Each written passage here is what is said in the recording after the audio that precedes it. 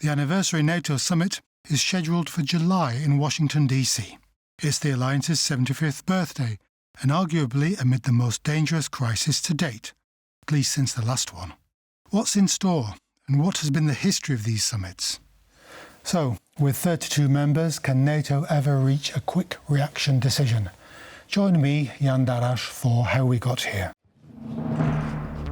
Although NATO has 32 member states, Ukraine will understandably be the focus of attention at the alliance's upcoming summit in Washington, D.C. next month. Kiev has made known its many expectations ahead of the meeting. NATO members will meet on July 9th through 11th in Washington to celebrate the alliance's 75th anniversary. The summit will focus primarily on improving defense production and budgeting in the face of multiple threats from Russia. Nonetheless, assistance to Ukraine will also be a priority, with Ukrainian President Volodymyr Zelensky planning to participate in the meeting. Kyiv intends to use the opportunity to support initiatives that will provide reliable air and missile defense system for use throughout Ukraine.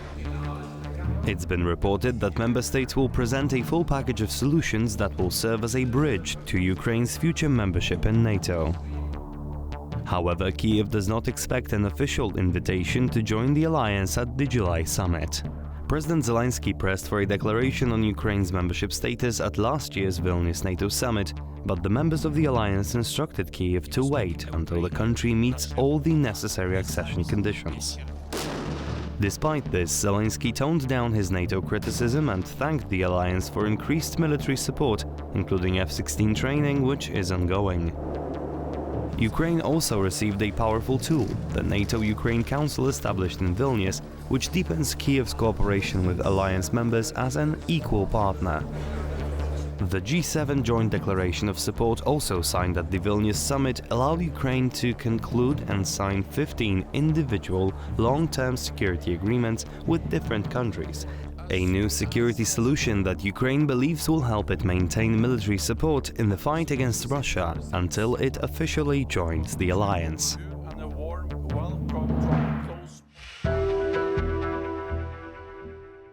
Our guest today is Jakub Graca, an analyst at the Institute of New Europe here in Warsaw.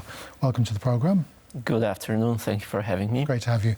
We'll start off with, in our discussion on NATO, the NATO summits, with the looming summit in Washington, and confusion which has been injected by President Biden. He said that he doesn't want to NATOize Ukraine, and yet his foreign secretary, his Secretary of State, and other NATO countries, European countries, have said that they'll support Europe to the hilt, to the very end. Are these contradictory policies? Are they going to cause confusion in the alliance? What's your take on this recent comment? Well, the policy of the United States and in this case the administration of Joe Biden has been since the invasion of Russia against Ukraine has been governed primarily by restraint. So Joe Biden and his administration have never have been from the very beginning. They have been on the one hand adamant that Ukraine must be supported. It was the administration of Joe Biden that rallied allies among a common goal of supporting Ukraine against the Russian invasion back in 2022. But on the other hand, when it comes to the supplies of weaponry, as well as when it comes to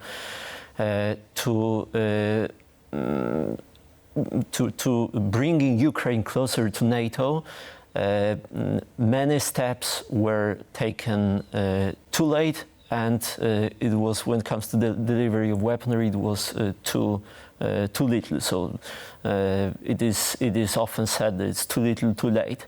Yeah. So on the one hand, there is no doubt that Ukraine is is getting closer to NATO, but it's a slow and bumpy and tedious process.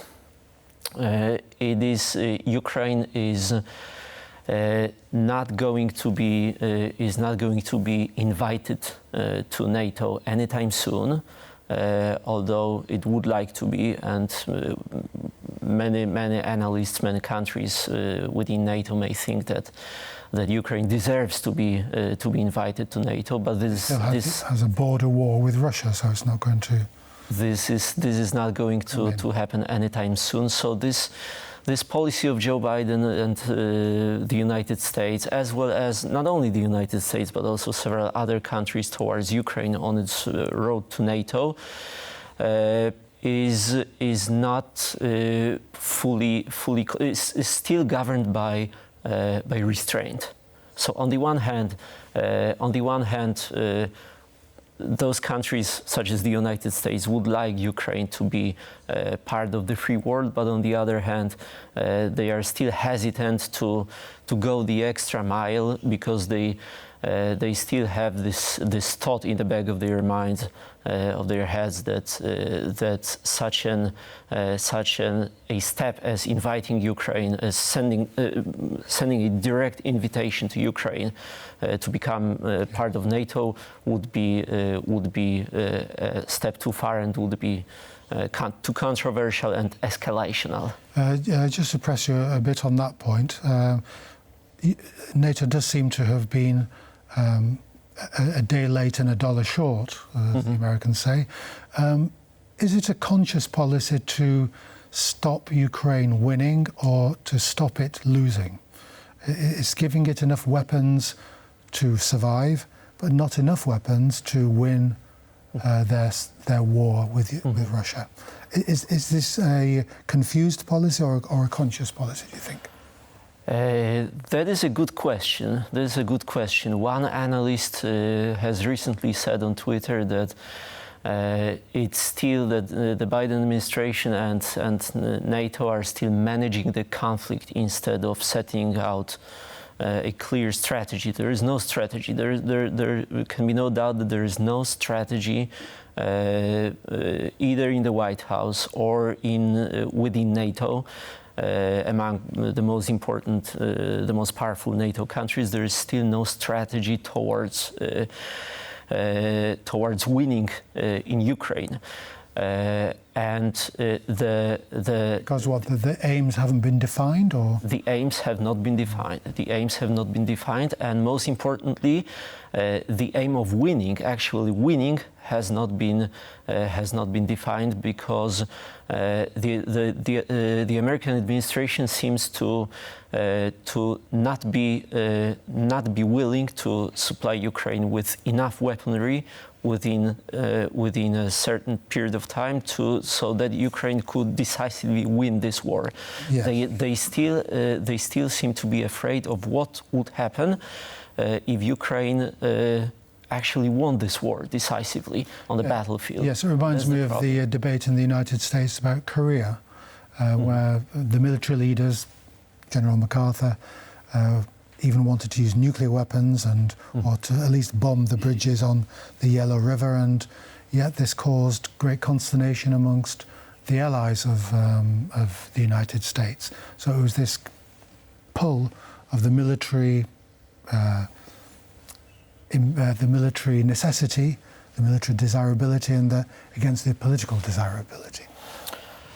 Well, NATO is an alliance that consists of 32 allies. So it's always a long and complicated process to strike an agreement on a vital issue or to reach a compromise.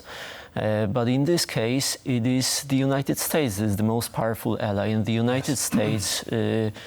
The United States has enough power and enough authority to be able to push a certain policy in such an important area as the policy on Ukraine. The United States, if it wanted to, it could push, so have its own way. But the United States under the Biden administration is unwilling, still loath to help Ukraine actually win this war, because it would be possible. The United States has a lot of old weaponry on the deserts after the Vietnam War, Yes. and so it would be entirely possible. And let me remind one thing. So the supplemental bill that Congress passed in April this year, the Ukraine Supplemental Act, there is a provision enshrined in this supplemental that requires the Biden administration set and present to Congress a clear strategy on Ukraine within 45 days. So this period of 45 days is going to lapse within the upcoming couple of days. We'll see what happens, if the strategy will be presented and if this will be made public. Let's just take a longer perspective now on the history of NATO summits.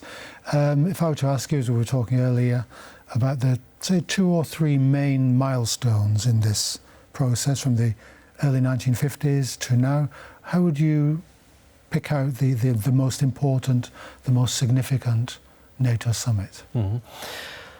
I won't get back to the Cold War, because there were a couple of very important summits during the Cold War, but let's concentrate on the last 30 years. By far, definitely the summit, the London summit in 1990 was a breakthrough, because at that time the Allies were cognizant of the fact, or they were hopeful that the times were very promising, and that the peace dividend, peace dividend. Mm-hmm. So the NATO force posture was completely changed in the wake of the end of the Cold War. What's also the 1997 summit, I would say, when Poland, the Czech Republic, and Hungary were invited to NATO. Also the 2010 summit, Lisbon summit, when Russia was invited to embark on a peace, on a reset path with the West. Was this a serious proposition? It was serious at the time. It was serious because Russia. There were some hostile activities on the part of Russia, such as the encroachment on Georgian territories in 2008, but. NATO allies were still deluding themselves into believing that cooperation with Russia was possible. Yes. And 2014 summit in Wales, as well as 2016 summit in Warsaw, after the seizure of Crimea by Russia in Warsaw, a decision was made to set up 4 multinational battle groups in Poland, as well as the Baltic countries, and of course the Madrid summit in 2022, when 4 additional battle groups were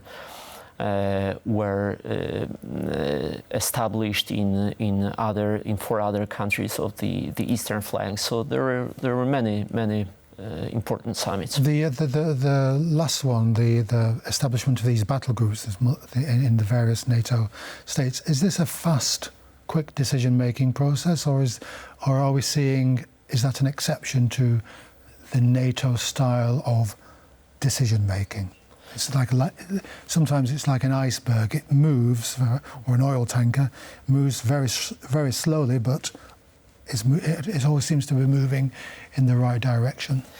As I said before, it's always too little and too late. We should be, on the one hand, we should be appreciative of what has happened, because NATO has done a lot since the outbreak of the war, a full-scale war in Ukraine in 2022. But on the other hand, NATO is still chasing the reality.